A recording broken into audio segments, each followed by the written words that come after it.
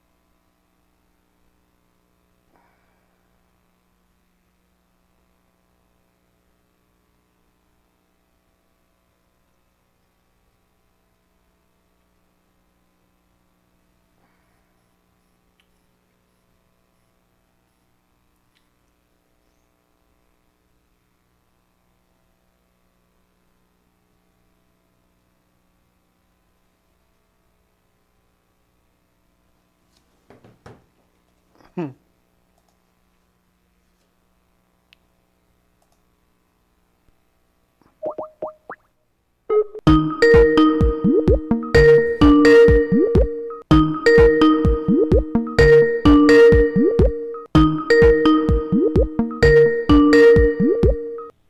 now, Hey, buddy.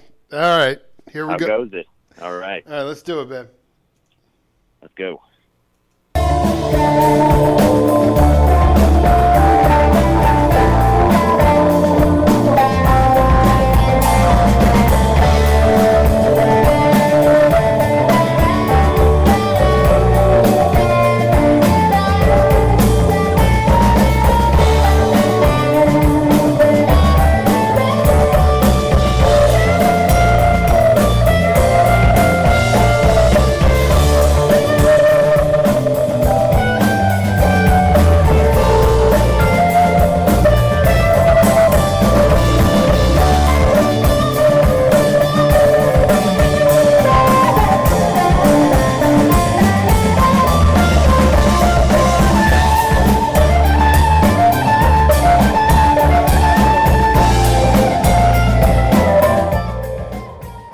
Folks, welcome inside the Parisi Palace, high above 3773 East Broadway.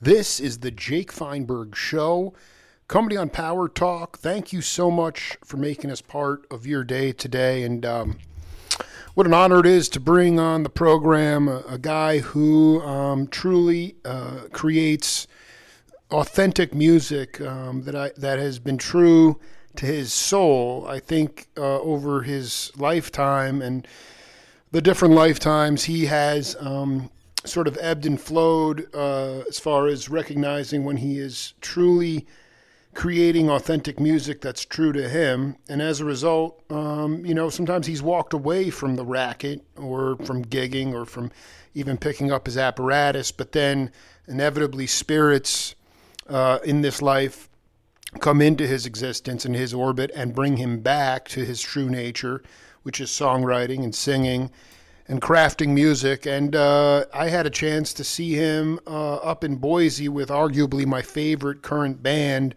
Circles Around the Sun, and it just put me on an emotional and psychic high for some time. It's not easy to come into a band when basically you're playing the instrument and essentially taking the place of really a legendary individual and a dear friend. But I felt like my guest not only held his own, but really already is developing his own individual sound in that band. Hopefully it will turn into a long-term engagement with many, many great moments to come. John Lee Shannon, welcome to the Jake Feinberg Show. Thanks for having me, Jake, and thanks for the kind words. That was a wonderful introduction. I really appreciate it. It's an honor to be here. It's an honor to have you, man. I just, I was hoping you could talk about where you're at, like, in your progress as it relates to, like, what I just did now. I used to write out my monologues like 5-6 years ago. Now I just sort of let it flow into a stream of consciousness, and it's like, on the bandstand, once you have your rudiments in place, then you can forget about it and sort of let the music play you. And I just kind of wanted to know from you where you're at in that evolution in your playing.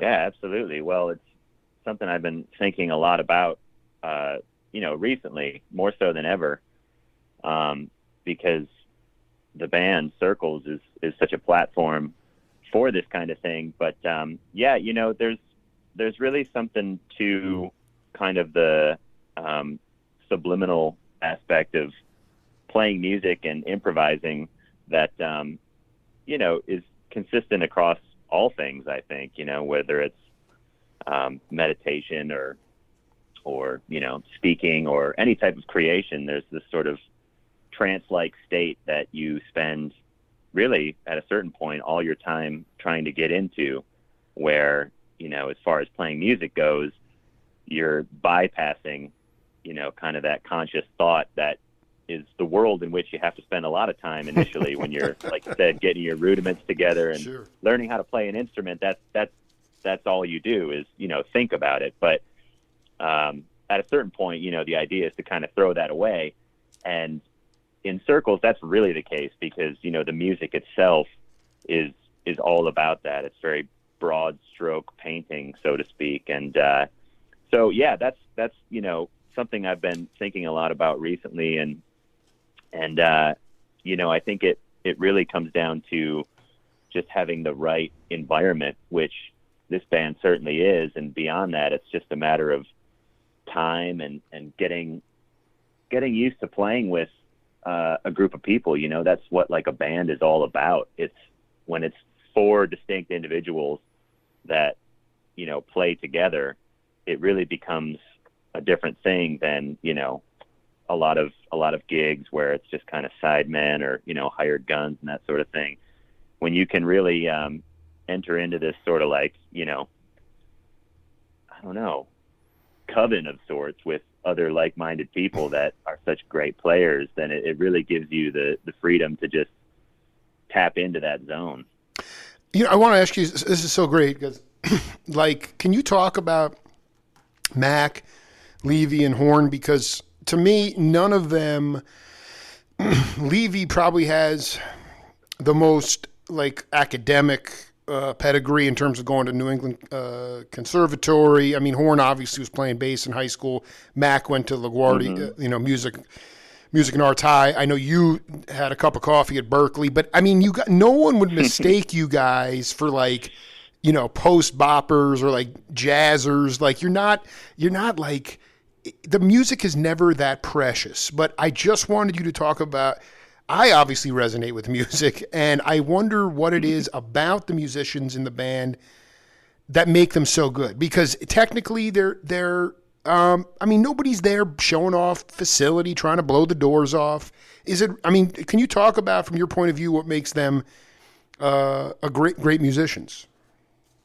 Yeah, absolutely. Well, I'm still really trying to figure that out myself. I love it. Despite the fact that it's so, glaringly obvious that that's the case. But I think what it is, all those guys have spent so much time playing music, really playing music for people in the right kind of situation, playing music for the right people, which seems like a silly thing, but more and more, it's hard to find those opportunities as a musician to be able to just really play, not practice, not jam with friends, not, play a gig here and there, but really, go out night after night for, in those guys' cases, years, and really have, commune with a group of people that are there for the right reasons. I think there's some real power in that. And, that's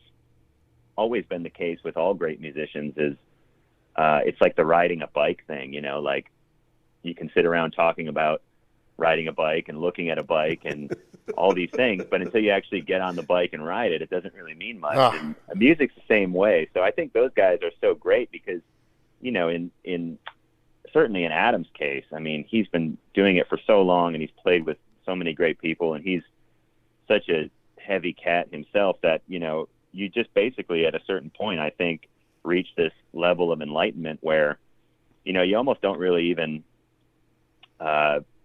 do much outside of play music for people. And when that's the case, it really takes on this whole sort of, it's like church in a way. It becomes very spiritual and deep. And so I think that's what makes those guys so special. And then on top of that, they're just such smart, sensitive people that, they would be great at anything. They could all just as easily be rocket scientists or, world-class chefs or whatever. It's just they've chosen to dedicate what about you, man? You're right in the... I felt like you... how did you find... was it totally out of left field, to find out that you were... the word on the street was that Neely always felt you were the guy, but I just was when you got... How did you wind up... Was it totally a surprise when you got the call? It was. I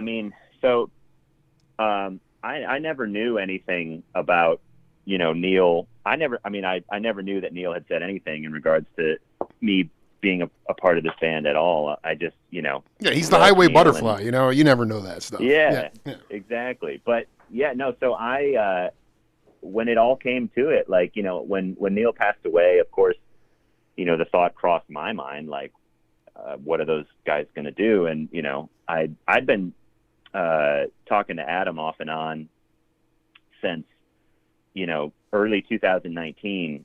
Zephaniah O'Hora and myself went out and opened about a week's worth of shows for Circles, just the two of us. Oh my God. How did I miss that? Yeah, well, it was brief. I mean, we literally played like 4 or 5 shows in the Southeast, and that was it. But what was so great about it is that, we rode on the bus and we had a chance to hang out with everybody. And that was the first time that I had met, Mark and Dan and Adam. But, right away, it felt like home.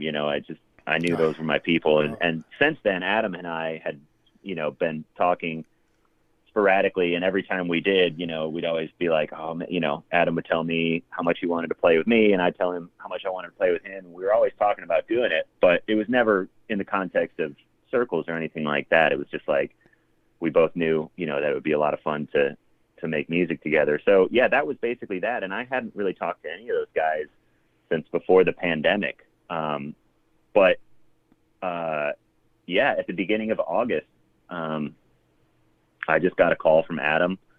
One day I was out in my backyard here in Brooklyn getting ready to like grill something, and my phone rang and it was Adam. and I picked it up, and he basically just said, would you be interested in playing with us? And it took me about 2 seconds to say, hell yeah. Oh man, that is so what by the way, the shows that you opened were when Neely was still with us, or had he already? Mm-hmm. So that was the. No, yeah. Oh, that's so cool. That because they were, and then you don't hear from them during the pandemic, and then in August suddenly it's, hey man, you ready to jump on the road? And you're like, hell yeah, that is. And I mean, is it? I just am asking because I want you to talk to younger cats about just. I mean, even though you have good person, it feels like home and it feels good and the guys are all really brilliant. I mean, it's still, have you ever been in an instrumental improvisational band before, anything like that? I mean, what is it, how have you learned to, or at least on this tour, sort of keep yourself in the moment and not, I just, for me, sometimes my anxiety gets me out in front. It's always been an ongoing thing where I have to measure myself. Some people would say, meditation or certain types of that thing, meditative practices help. But I just wanted to know how you kind of kept your composure, being that you're so geeked up to play with these guys, and yet you also feel pressure to hit it off, even though it's realistic that it's going to take a while to just sort of even out. Yeah. No, strangely enough, I didn't, I felt nervous. There were a couple moments, like after I got the call from Adam, where I felt a little bit, it was a little daunting to think about learning all the material. Yeah. But, one of the things that was so fortunate is that when I initially talked to those guys, there were 2 gigs here in New York on the East Coast that were about a week and a half away when they first called. And initially the plan was for those to be, the first shows that we'd play together. And so I had a really short period of time to learn the tunes. But I just dug in and did the best I could. And fortunately, a couple days before those guys were supposed to fly out, well, not fortunately, it's unfortunate, but it turned out that, somebody's family got a little sick and there was like a COVID thing. So the shows ended up being postponed until the end of August. But what was great about that is that it gave me more time, but it also, because it was such a short window initially, it forced me to just sort of dig in. But when it came to actually playing and all that stuff, I just really, I don't know, I guess it's a testament to how great of a fit it is. But, I did really feel nervous. I felt very comfortable. And, you know, those guys are all so supportive and sweet that, you know, there was never any like vibe. I didn't feel any kind of pressure. You know, the pressure that I did feel was really just to just do my best, you know, and have fun and try to give people that came out to the, you know, shows that we played out west and everything, just give them a good time. But yeah, I mean, it's fortunately I've spent, you know, the last 4 or 5 years especially, I haven't been, you know, touring or traveling that much. I really just spent a lot of time, aside from shorter things, you know, week or 2 long things here and there. I really spent a lot of time just doing sideman stuff the last few years here in the city. And those gigs a lot of times are way more stressful because, you know, you're playing with people that you've never played with before. Totally, you're playing songs that, you know, maybe you aren't super familiar with, or maybe you don't even dig that much, you know. And so those gigs can be more stressful. But with this, you know, the music is so good and the band is so great that the only pressure I did feel was to just, you know, not overthink it and do my best. Which is in itself an art form. I mean, that can really be a pitfall because you're. Was that the first time that you played Red Rocks personally? Oh yeah. Oh my God, dude! Absolutely. Tell me about. I mean, I've been inside the venue, never seen a show, but I mean, circles. I mean, Horn must have tested the structural integrity of those Red Rocks, man. I mean, that must have been an insane show, dude. Yeah, I mean, if you could have heard the Dan bombs. Oh my God, dude! it was orgasmic. I mean, literally, like, because the thing is, here's the thing about Red Rocks, which really blew me away, is that, like, you know, that's such an incredible sacred place that it could be the worst sounding stage in the world and it would still be famous. Absolutely. You know, people would still, you know, make it their life's dream to play there. But the thing is, it's the best sounding stage that I have ever played on. Really? Oh yeah. I Wow. mean, the sound was incredible. And I think it's because, I mean, obviously it's, you know, it's there for a reason. Like, they didn't just decide to build an amphitheater into the side of a mountain because it would look cool. Like, I realized as soon as we started playing, and especially once Dan laid into a couple of those E-bombs, I realized that, like, part of the magic of that place is that, you know, all those rocks and everything, they start to vibrate along with everything else. Oh, man. So it becomes like you're just standing in the middle of this gigantic speaker, basically. Electric nature speaker. Yeah, it was really special. I mean, it was definitely the most special gig I've ever played, hands down. Well, John Lee, it's such an honor to have you on the program. We have a game called Name That Voice. I want you to take a listen to this, pay attention to the content, and we'll come back and break it down. Okay, great. Yeah, I mean, it's kind of been something that I've wanted to do for a long time, but I always work with other people. It's kind of how I make my living, and I just work good. I'm a collaborator. That's kind of my thing, you know. Yeah. I kind of try to fall in where other people need help and get the project into fruition. That's my job and my calling. So maybe I just decided to get myself into fruition and help myself out. And I figured out some ways to do it, I guess. But yeah, it's just kind of been bubbling in my head for a long time to do something like this, and also just kind of let people know, like, that these are the, sometimes, like, I'll do all this work for other people and then no one realizes how much of it I did, you know what I mean? Yeah. It's like, okay, here's so-and-so's new record, and they get, I mean, deservingly, all the credit. It's fine. But that's been a little bit of a, what do you call it? I don't know. I've been getting frustrated with that over the last, years. Just seeing everybody else kind of get a lot, and I do a lot of work in the studio, so now this is for people to be like, oh, that's what Dan does in the studio. Well, I mean, yeah. Well, he gave it away, but you want to take a guess at who that is? Yeah, I knew from the first second. I recognized that voice anywhere. It's Daniel Havoc Horn. Daniel Horn. I mean, can we get we have to figure out a way to make him an international star. I mean, I've never really, in my peer group, there's really a bunch of heady cats, but I've not. It has something to do with I'm from the East Coast too. Some East Coast, everyone's cool, but I mean, East Coast cats, they can have an ego. You know that they can be a little bit standoffish sometimes, and especially if they're really hot. And like from minute one, I don't really know why, but I just sort of felt like Horn was some sort of family member. I don't know. It was just every time I was around him.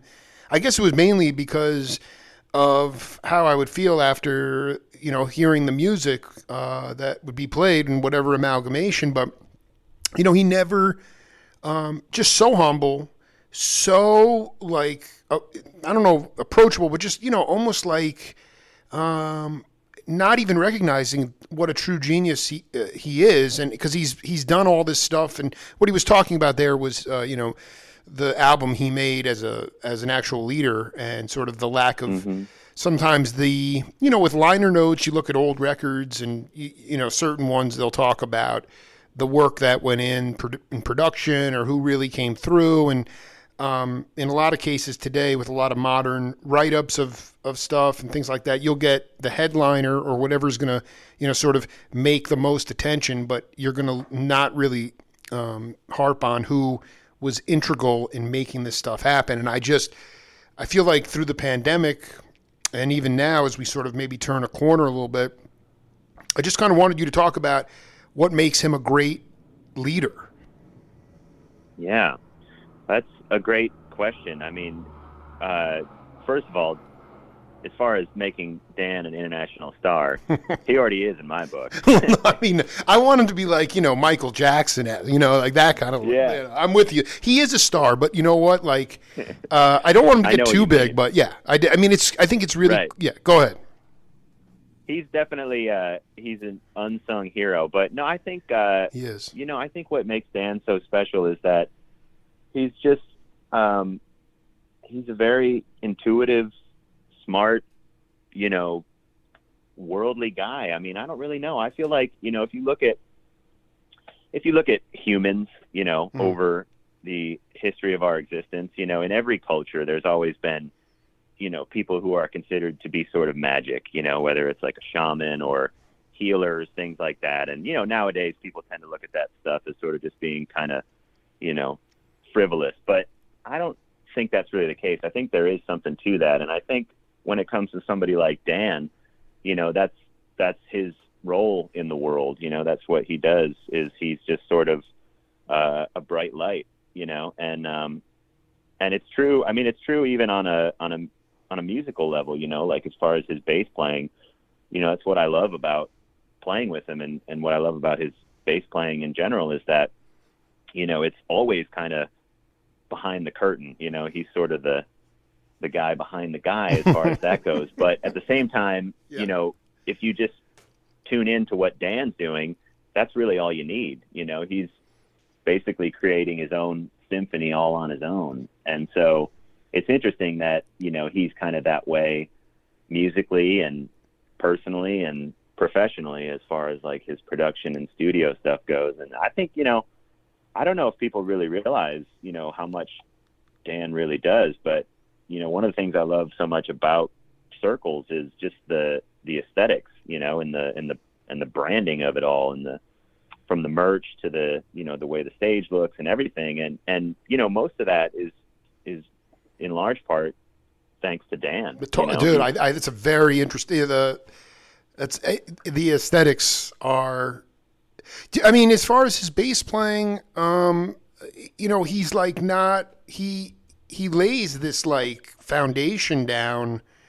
How would you describe his playing? Because I mean, sometimes it's like it just never, like you said, sometimes it seems like he's behind the curtain, and then all of a sudden it's like he's just crunching your brain with like, these bombs that come, but it's not a showy thing. It's not like some kind of like, exhibition. It's always within the framework of like, I don't know. I mean, I maybe this is the question. This is the better question for you.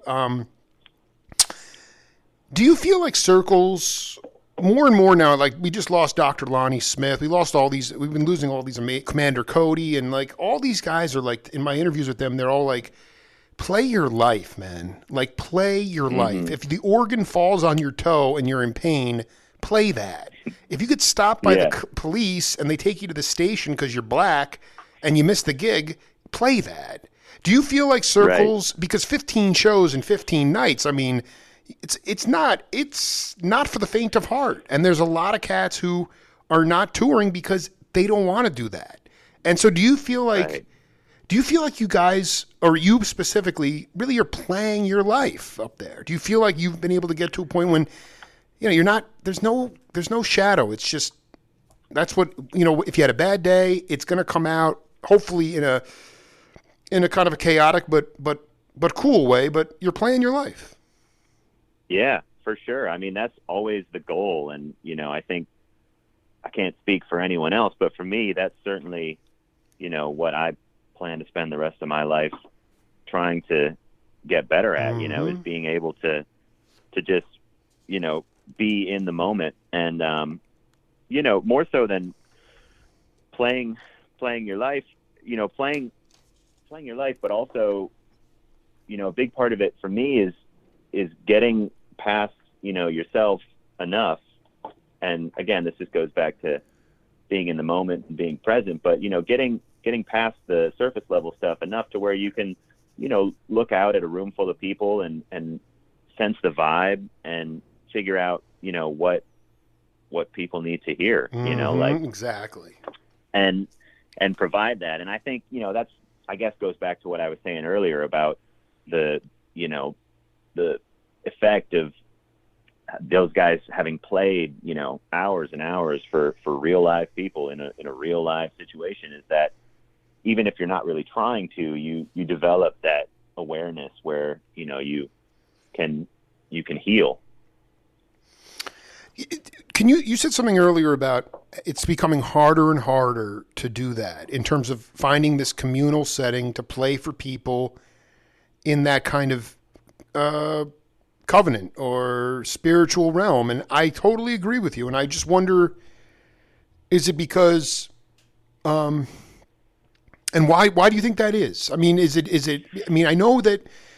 just know that what's really affecting me is like I understand venues are opening, but they're like the Cap in Portchester's bringing in Brian Wilson, and the Journey's going to go on tour, and Steve Miller and Dead Incorporated. Like these are all like bottom line deals. They're like, we have to make a bottom line, and to me, it's like if it's being driven. I'm not saying you can't make money. There's nothing wrong with that, but why do you think it's becoming harder and harder to play spiritual communal music for people consistently on a consistent basis? That's a good question. I mean, I think there's many factors, but probably the biggest one is just that, for the last 75 years, music has become more and more commoditized. It's become, not because anyone making the music wants it to be this way necessarily, but just because of the powers that be, music has become something to be bought and sold, and everything kind of revolves around that. And that's kind of a problem because it has a big ripple effect. So, you fast forward to the present day, and now not only is it not really even something people buy and sell, but it's also just that people in general, especially, younger and younger people, the more time that goes by, it's not really even a thing people are aware of, like most people, that are younger than 30 today, it's probably the minority of people that really have ever even gone to an actual,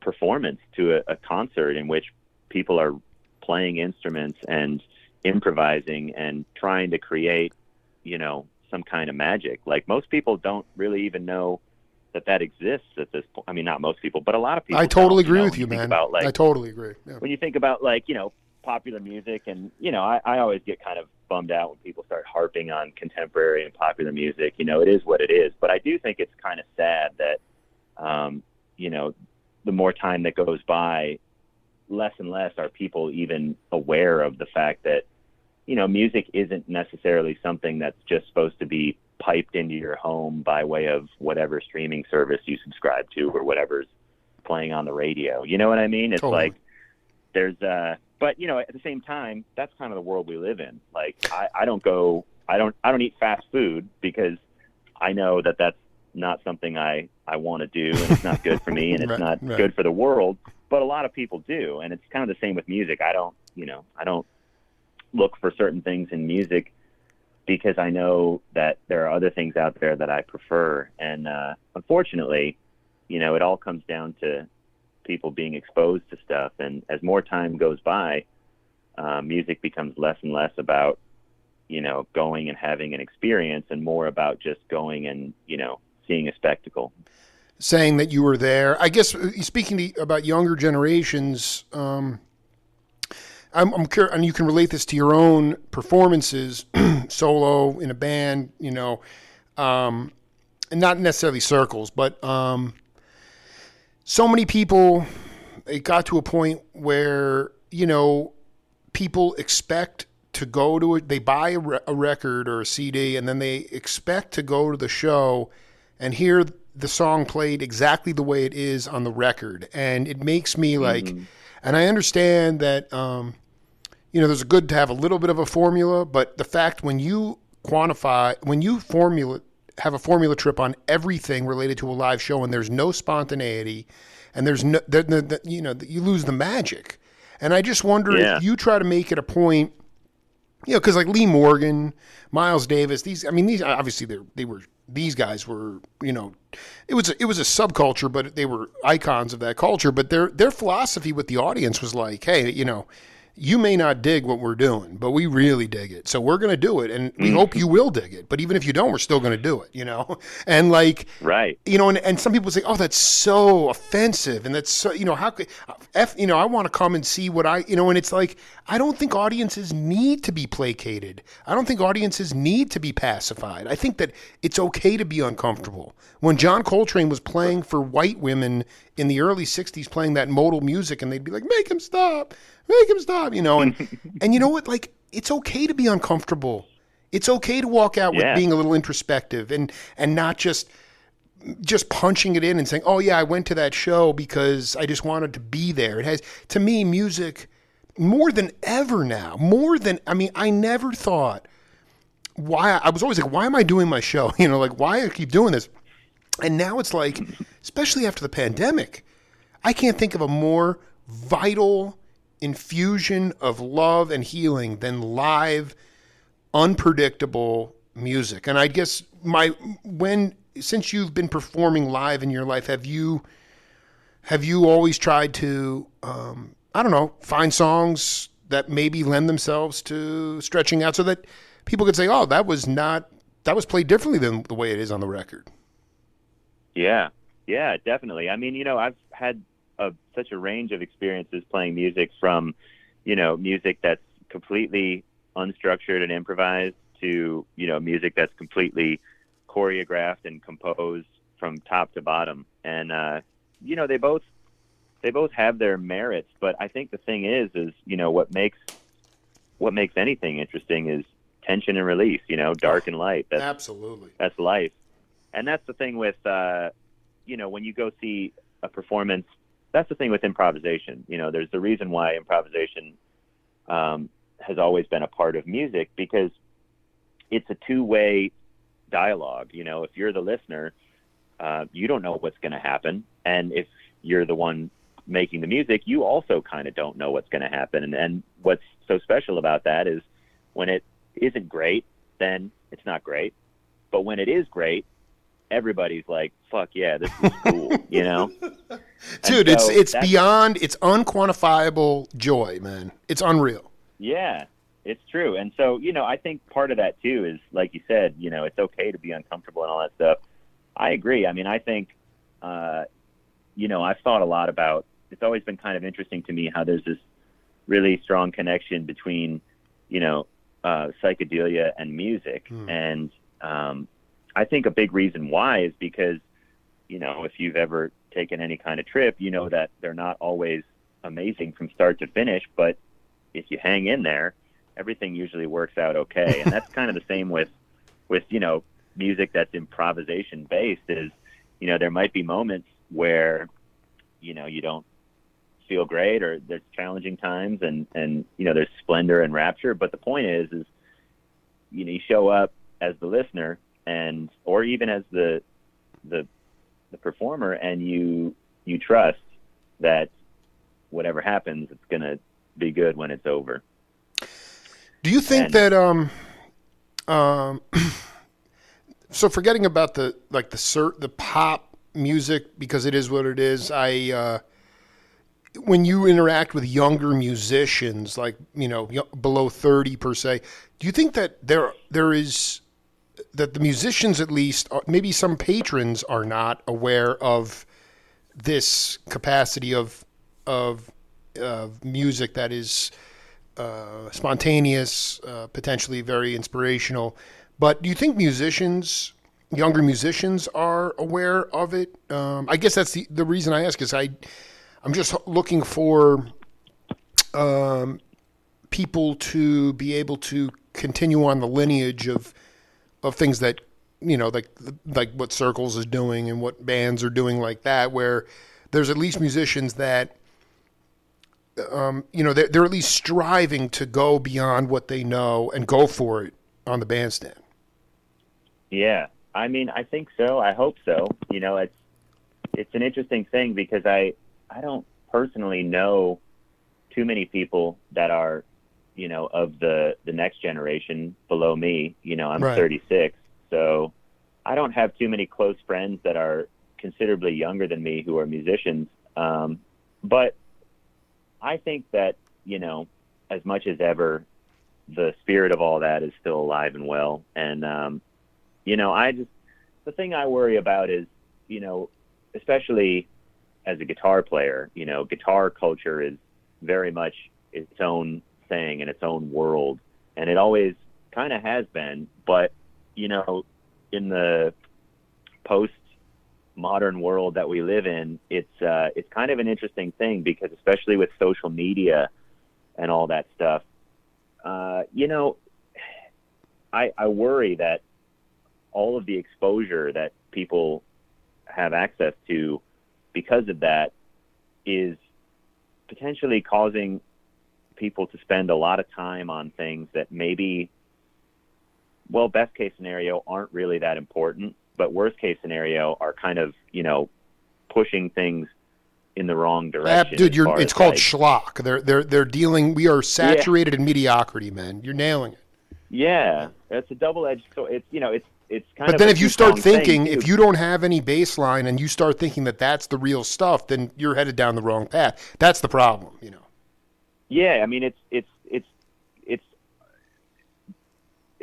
kind of a scary thing, because I look at it and it's like there are a lot of great guitar players out there, and that will never change. But the thing that sort of bums me out a little is that because of the fact that it's so hard to make a living as a creator of music these days, I feel like more and more people are ending up as sort of just these salespeople that are peddling guitar pedals and guitars, and that's fine. But I always kind of look at it and I'm like, Jimmy Page wasn't like doing these promos for Gibsons, you know what I mean? Right. He was Jimmy Page. He had a dragon suit on, you didn't really know who he was. And I think that mystique is kind of important, and you lose a lot of that when suddenly your whole world is making 15-second TikTok videos about how to play a lick.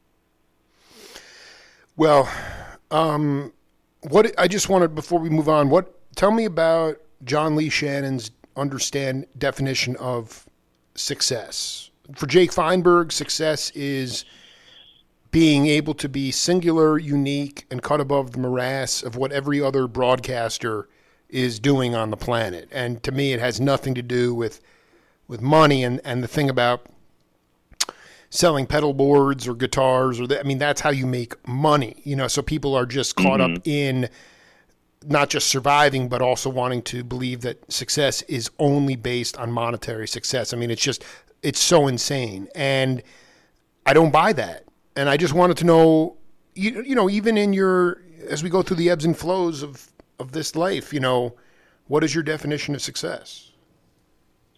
That's a good question. I mean, I think for me, you know, beyond all the just sort of, you know, base level stuff of being able to put a roof over your head and take care of yourself and your family and all that stuff, I mean, for me, the definition of success is to just have a place in the world in which, you know, I make people come together and feel good and, you know, appreciate music. That's really all I think you can ask for. And that's one of the things that I remember being so struck by when I went to Neil's memorial concert at the Capitol Theater. Did you go to that? You know, I went to the West Coast one, not to the Okay, yeah. Go ahead. I had friends that were so there. Yeah. Same idea. Yeah, same idea. But you know, it was just shortly after Neil passed away, and it was a big tribute concert to him at the Capitol Theater. And I just remember being there and looking at this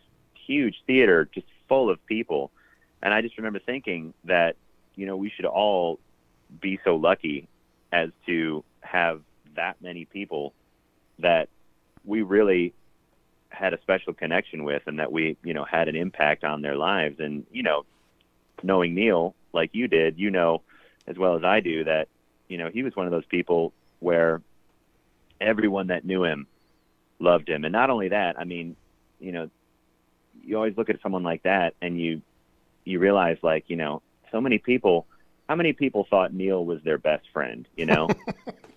Dozens, probably, you know? And it's because that's what he did. You know, he was a musician and he was a guitar player, and that was kind of his currency. But, you know, beyond that, he really sort of dedicated his life to going out there and, you know, being the reason, or at least being a part of, you know, people being able to come together and, you know, it sounds kind of hippy dippy. No, it doesn't do, because you know what that's called? That's called affecting positive change in your world. That's all you can do, man. Like, dude, you have no idea. I mean, 5 people walk out of the Boise club you guys played in, and one of them decides they're so inspired that they wind up going to work the next day and create some sort of invention or something that it could change the world, because they're so hyped up because they saw something that was magical. You don't know that, and they could have filled up the Capitol probably for a week of Neil tribute shows. You know, that was just one night. The thing is about Neil, the thing I realized about him is that, because in no way did I mean, we had a really very big respect for each other, but like if I showed up at a show and I was in the front row going berserk, he'd play some like David T. Walker for me, like just for me. You know, everybody had their own individual relationship with him, and that was what made him a magical cat. So I mean, you know, but I really feel like it is so imperative, and it's so hard to. It's just like. It's so like unfathomable.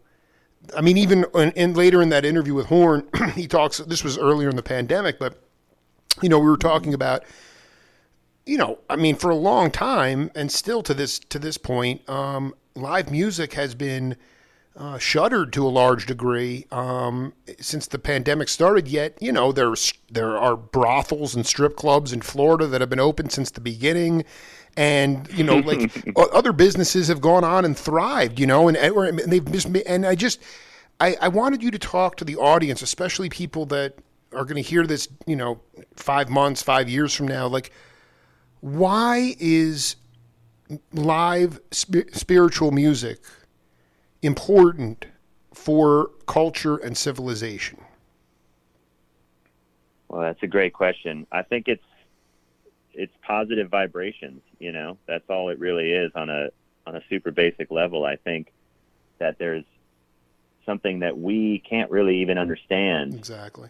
But that's nonetheless essential about just being in a group of people that are all, sharing an experience together. And that can come in many forms. It just so happens that, music has so many ingredients that make it, just a really pure form of that medicine. But I think that's really it, is that, people need opportunities to get together and forget about everything, and just be in the moment. And music is a way that we as humans have been doing that for thousands of years, I have another Name That Voice for you. Take a listen to it, and we'll come back. All right. Like, first and foremost, he's definitely a songwriter. So obviously he's got his own amazing catalog, quite a vast collection of recordings.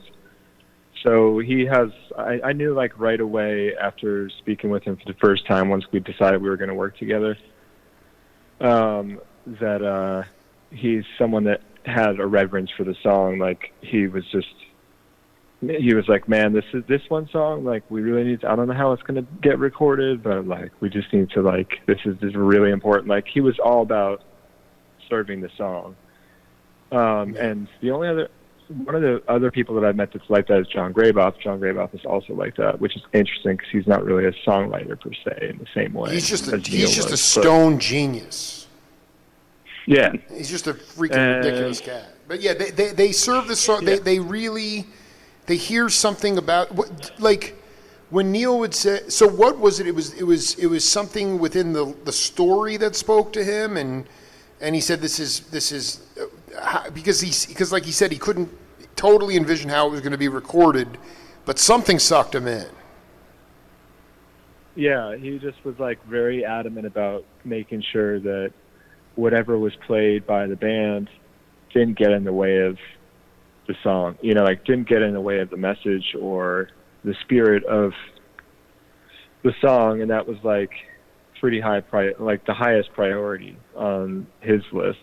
So, which of course I appreciate that as a songwriter and the person making the record. And so that was just one of the main major things I think that just made him so good, and all the experience that he's had and all the amazing people he's played with, all that adds up to the way he interacts with you, and it, he would just get us to a good place, and he would help me through all my singing, just got me to get more emotionally connected with it, and that was I'd never had yet to experience something like that.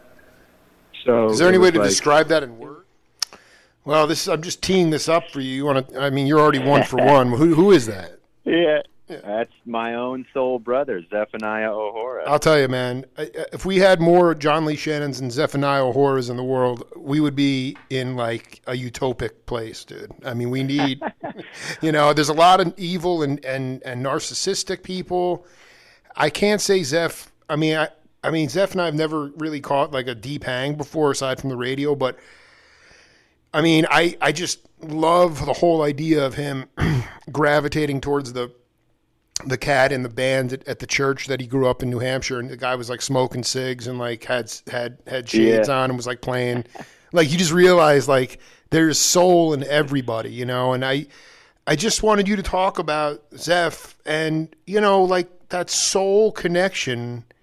When, because so many relationships, even off the bandstand, I don't care if it's a relationship with a girl, whatever, it's you're always kind of in your head, what's going on? You don't necessarily trust yourself. It takes a while to build that trust. But then when you have that soul connection, you don't worry about any of that stuff. And I just wanted to know how when you guys, a seminal moment of soul brotherhood with you guys.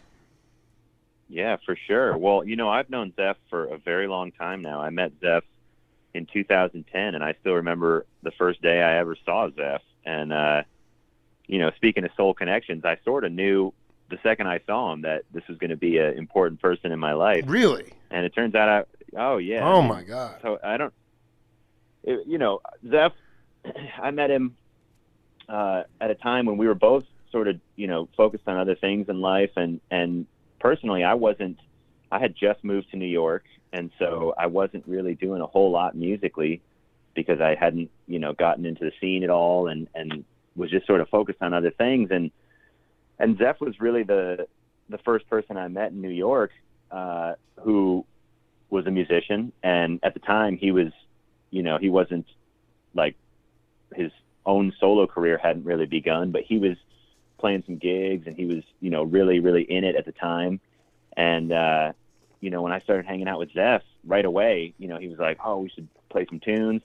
And so we started getting together and hanging out, playing songs together. And, this was years before we ever did anything in any serious capacity. But, I still remember the first day I saw him, he had long hair. His hair was probably as long as mine is now. He had a mustache. He weighed about 135 pounds, and, 6'2". And he had a Graham Parsons and the Fallen Angels T-shirt on. Oh, I just man. saw him and I was like, I don't know who this guy is, but I want to be his friend. Yeah, right. No, So because actually, the just rest, for the record, though, I believe, because I was just doing a little, I don't like to do a lot of research, but before we got on here, I believe you were in the salon at that time, cutting hair, right? That's exactly unbelievable. Right. So I walked into this salon, which in and of itself is kind of a very meta thing to think about. But, I traveled thousands of miles. Well, not thousands of miles, but, I grew up in Michigan, and at the time that's where I lived, and I moved to New York from there. So I showed up for my first day of work at this salon that I, very specifically sought out and hoped to get a job at and did. And I remember walking in. I don't think it was even my first day. I think it was just the first day I ever even went there. But I remember walking in and looking down this long line of, people getting their hair done. And way towards the end, I saw this big, tall dude with black hair and a mustache and a Graham Parsons T-shirt blow drying some lady's hair. And I just thought to myself, that looks like my people. Dude, that is the greatest story. That is divine intervention right there. You have no idea, because not only... If I had never met Zeph, I have no idea, what I'd be doing right now. But Zeph was the guy that, really inspired me to get myself back into guitar and sort of rededicate myself to music. And, it took 5 or 6 years. But, wow. Eventually when we started really playing together, when he started putting out his own records, everything else sort of came from that. And not only that, but, Zeph, those first few times we hung out together, he was good friends with Rhea, who's now my wife. So, basically every aspect of my life as it is today, I probably have Zeph to thank for that. I am just like, this is making my year, dude. I just feel like, I really feel like,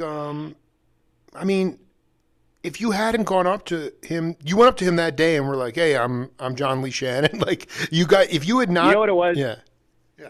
I can't remember, but I think at the time Zeph was playing with some band that was kind of like a sort of Stonesy, like late 2000s. Everybody had a crazy outfit, right. Like rock and roll band. And I remember, we didn't really hang out initially, but we would, hang out at work and talk on breaks and stuff. And I think the first time we really connected is he had some gig coming up and he needed an amp. And I was like, well, dude, I got an amp. You can borrow it. I had a few amps, but I was like, you can borrow my amp. And he was like, really? And I was like, sure, man. And I can't remember. I think I did lend it to him. But that was kind of the first thing. And then, shortly after that is when we really started to hang out. And, I'd go over to his place in Bushwick. And at the time he lived with one of his oldest friends, who is still a very close friend of his and me, named Dante. And Dante was just as much of a character as Zeph in those days. And I'm sure there's plenty of photos of the two of them out there somewhere, but it's worth looking one up. But oh my God, I'll them, check that out.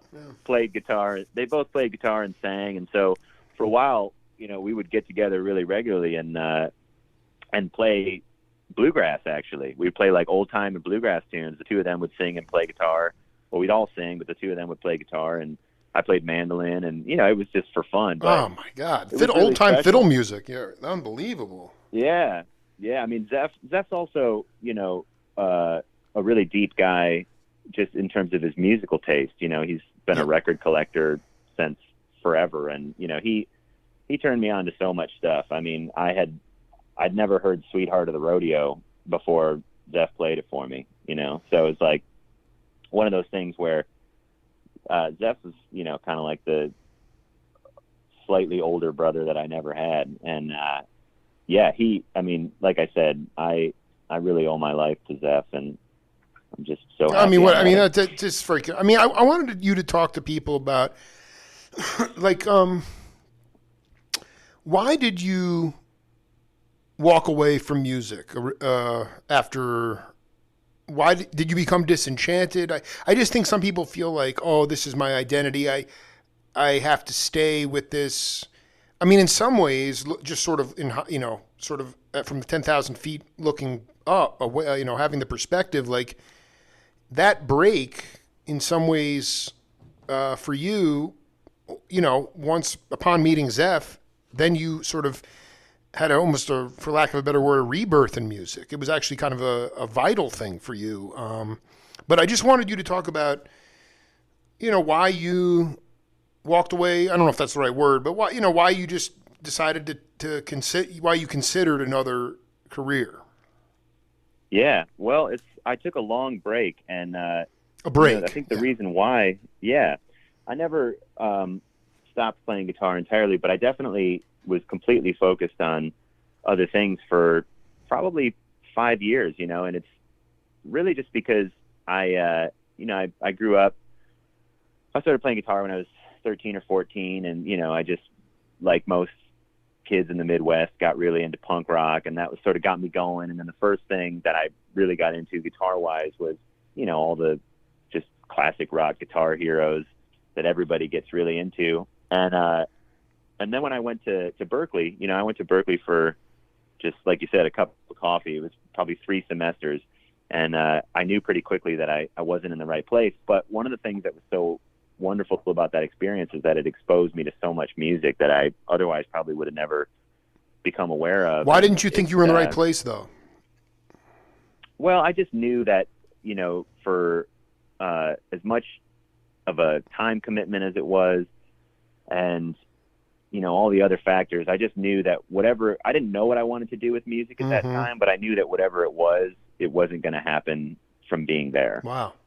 And so, you know, I was there for about a year and a half, and then I got a call from a guy back in Michigan who had a band that seemed interesting, and, you know, it didn't really ever go anywhere, but it was enough for me to be like, all right, I'm going to move back and spend some time with these guys. And so I did, and I was back in Michigan, you know, and I had that gig, and we did some, you know, small scale stuff, but I just started to, you know, gig here and there where I could. But, you know, it was the early 2000s. It was kind of a rough time for guitar-based music in general, and pretty quickly I just kind of got bored of what was happening there. And, you know, I'm a pretty obsessive person, as you might imagine. And so once I started to get into the hair thing, I just kind of, you know, threw myself into it entirely. And again, you know, like at the beginning of that, I would have guessed the outcome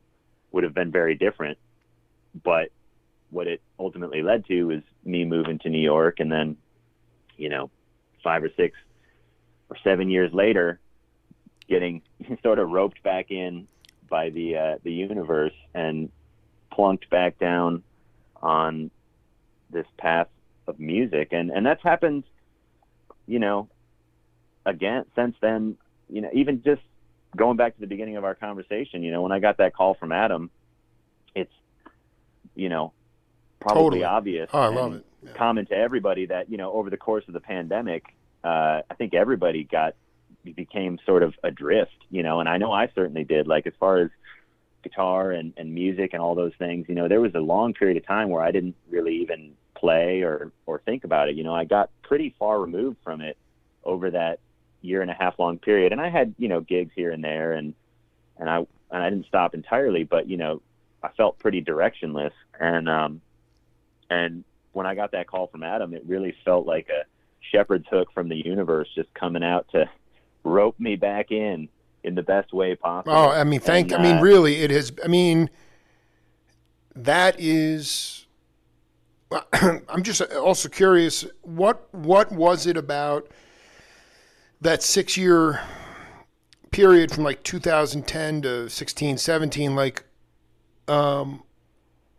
were you like, was that sort of like, you were like, okay, I think, like, was it more like trust in the universe? Is that why it took you that long to sort of come back to being a full-time musician? I'm just curious about like Yeah. because like that to me is like, it's the hardest thing in the world, because it can happen to you.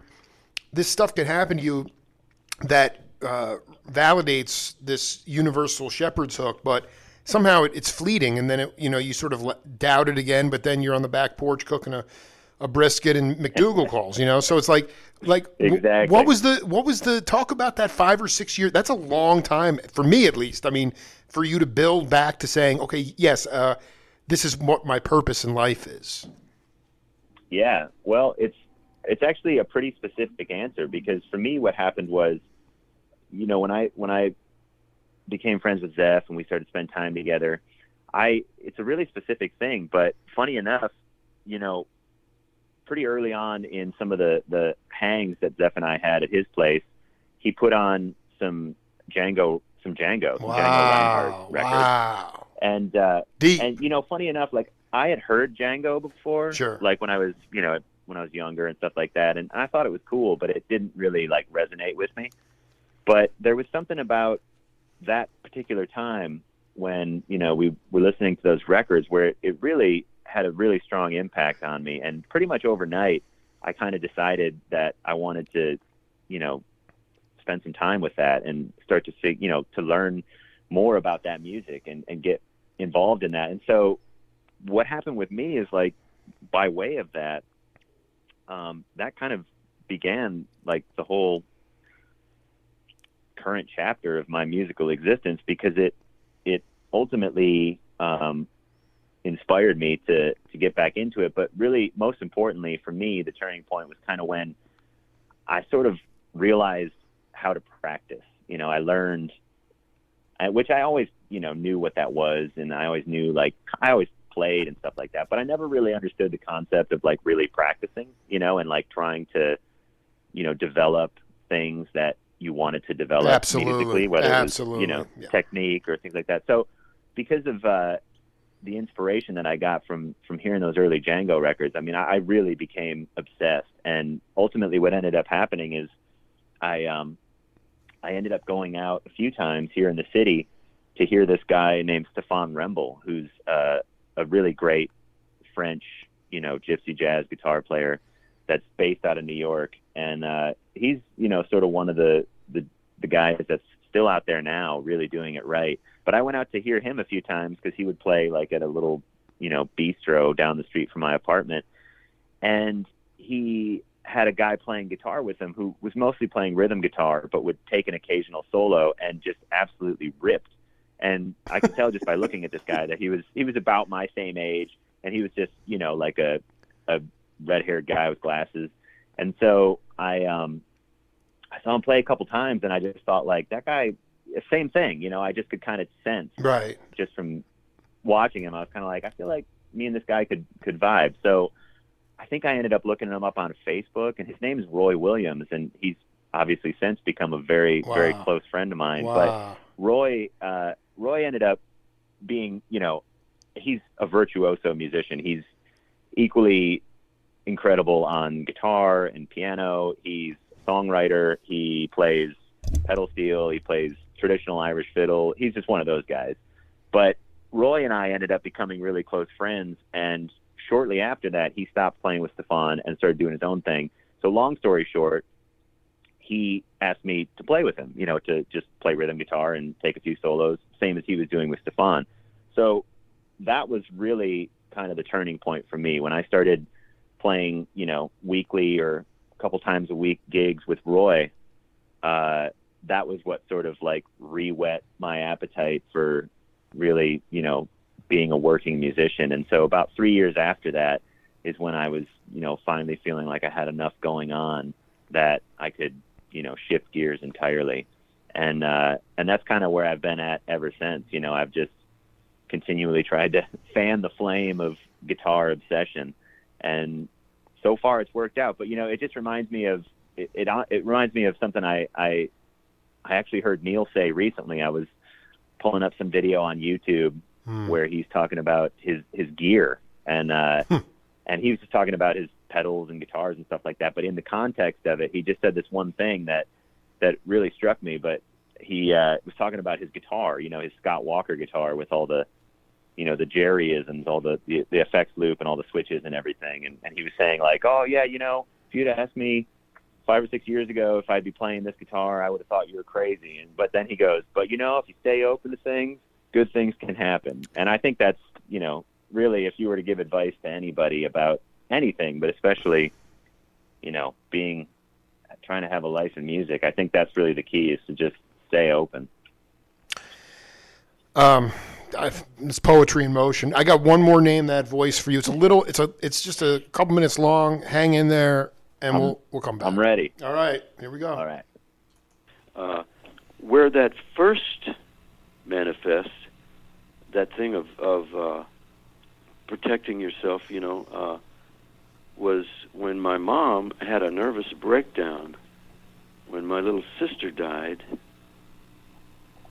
at the age of 6, and I was 8, and it traumatized my mom so bad that she had a nervous breakdown, and they had to take her to a hospital after the funeral, and that was the last time I saw my mom for quite a while, several months. And at the age of 8, to be separated from your mom, at the time I didn't know those things, but as later on you grow up, you realize, oh my God, yeah, that's why this and that's why that is the way it is. But I was shipped down to Vivian, Louisiana, down in the swamps, to live with my Aunt Connie and my Uncle Elbert. Wow. Who was in charge of an oil tank right in the middle of the swamps in Vivian. And after dinner every night, I asked my uncle one time, I said, which way is Tulsa? And he said, it's that way. So I went out in the back of the house, and I faced toward Tulsa. And I didn't want anybody to hear me, so I kind of whispered, Mom, Mother, Mama.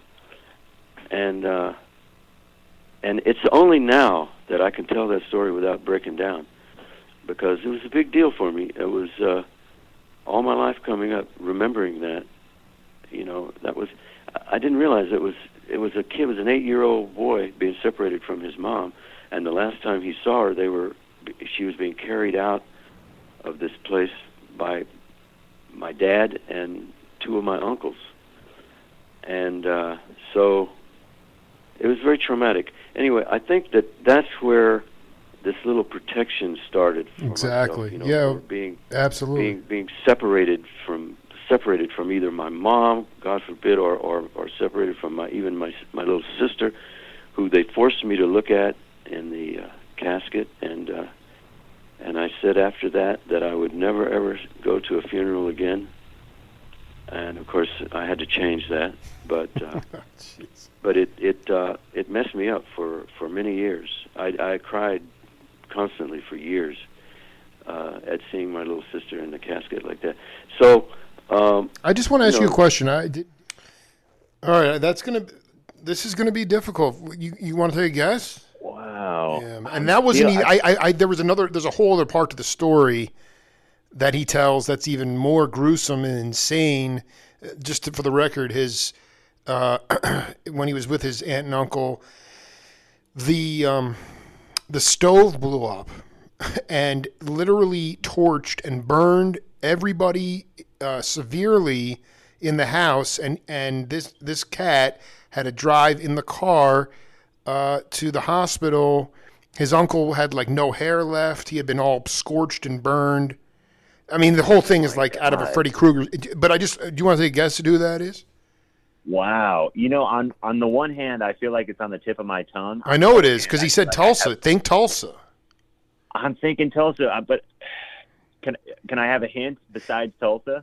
Absolutely. He is the most recorded drummer in the history of modern American music, in my mind, I believe. Wow. Is it Jim Keltner? Ding, ding, ding. Yeah, wow. Dude, way to go, man. That's like on an 0-2 pitch. You just hit it out of the park. No, that was go ahead. No, I was going to say I could recognize the voice. That's amazing. I didn't know you had him on the show. I've done 6 hours of interviews with Keltner. And John Lee, this is what the reason I gravitate to you guys is because of guys like Keltner. I talk to him almost every week. And, like on a Sunday night, I'll call him because I'll find this new record like from recorded in like a church in Tulsa, and he's on it. And, but like it'll go to voicemail. And then 2 minutes later, he'll call me back and be like, Jake, listen, I got to watch this movie with my wife. I've been on the phone all day. She'll kill me. So, but the point is, it's like the dude got the memo, man. He got the memo, just like Neely got the memo, that we're all one. We're all people, man. Like, and, to hear about that adversity, and that doesn't even talk about, I'll send you all the interviews because they're like, he had hives. He had such bad hives when he moved to Los Angeles. He had to quit sports. This guy went through a lot of adversity and obviously came out on the other side, and clearly imperfect. These interviews will blow your mind, but we live in a time now. I have 2 daughters. I understand that there's all this ruckus about social media and, body image related to girls and all. We're very sensitive and we're in this very politically correct time, and people don't want their kids to feel pain, and I don't want my kids to feel pain. But I also know that like through adversity, and I don't wish it upon anybody, God forbid, but that's how you grow the most in my mind. It's always how I've grown the most. And I just wanted you to talk about a time in your life when you faced some adversity, how it made you stronger, how it made you a better person. Yeah, well, it's a wonderful question. I'm happy to answer that. Speaking of that 5 or 6 year period where I sort of drifted away from music a little bit in my early 20s, a big reason why that started was, when I was in my early 20s, I, for whatever reason, didn't really understand consequences. And I got in some real trouble with the law. And I actually, I spent some time in jail, actually, a few months when I was 20 and 21. And, it was fine. I got through it. It could have been a lot worse. But on the other side of that, I suddenly had to really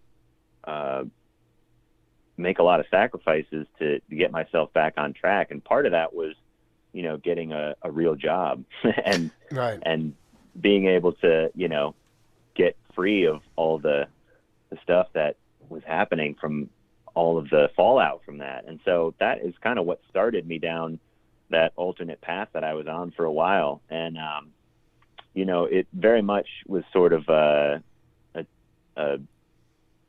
point at which, I kind of had to look at things and choose what I was going to spend my time on and what I was going to do. And, for a long time when that was going on, the 5 or 6 years that I was kind of climbing out of that was, there were definitely some times where I just thought, oh, music is really fun, but, maybe music will just be my girlfriend and, this other thing will be my wife. Totally. And I really thought that for a long time. And ultimately that ended up not being the case.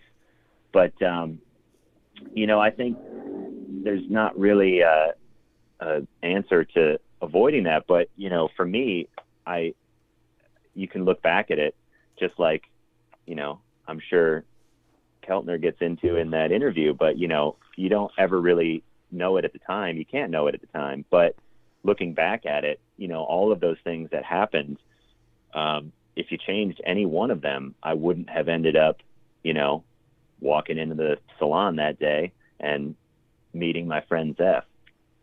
And so, wow, That is, I again, mean, did you, let me just ask you, like, how have you,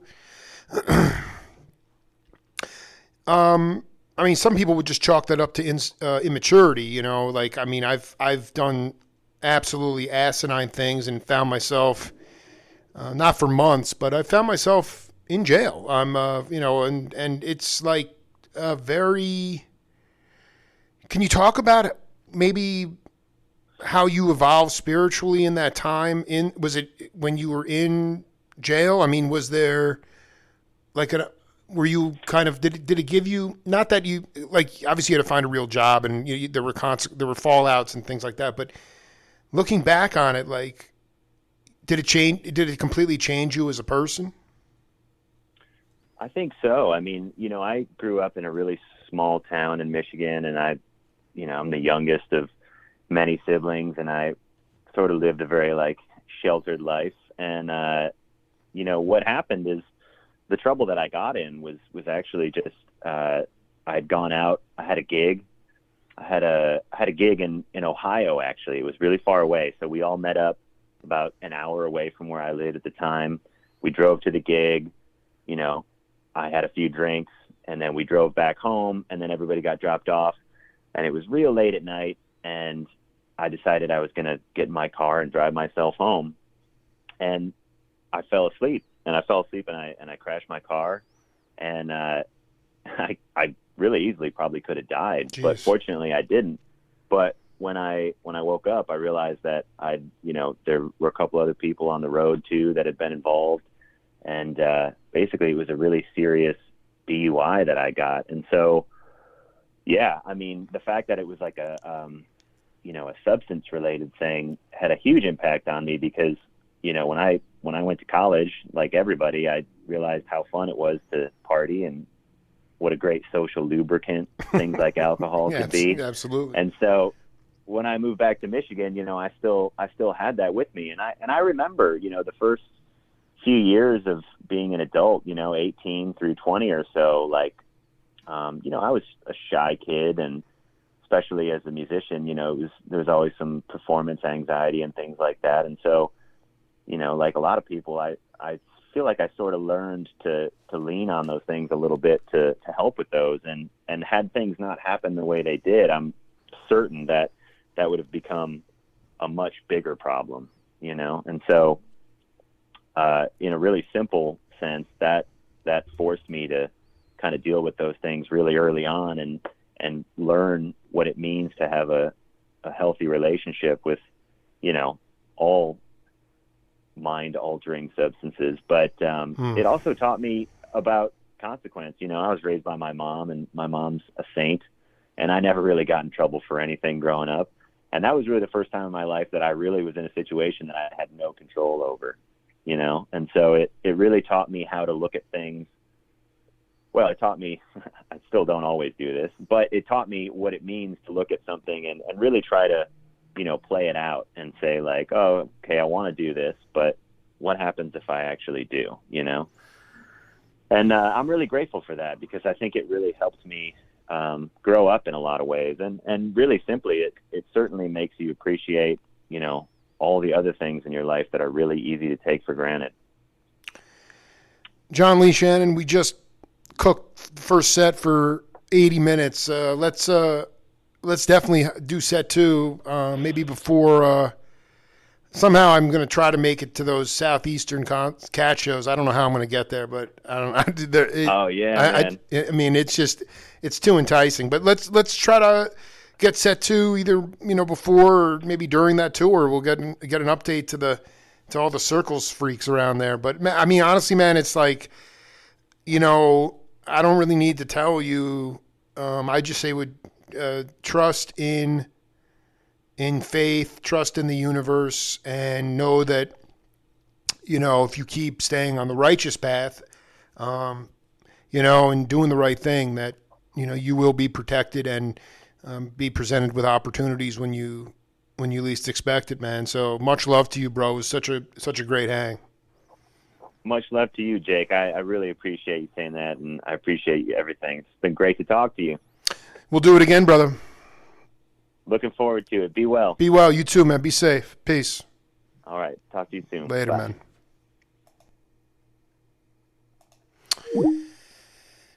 Jake Feinberg Show continues to chug along. John Lee Shannon, part 1 in the books. I'm off to Cali. That's it for now. We'll see you later.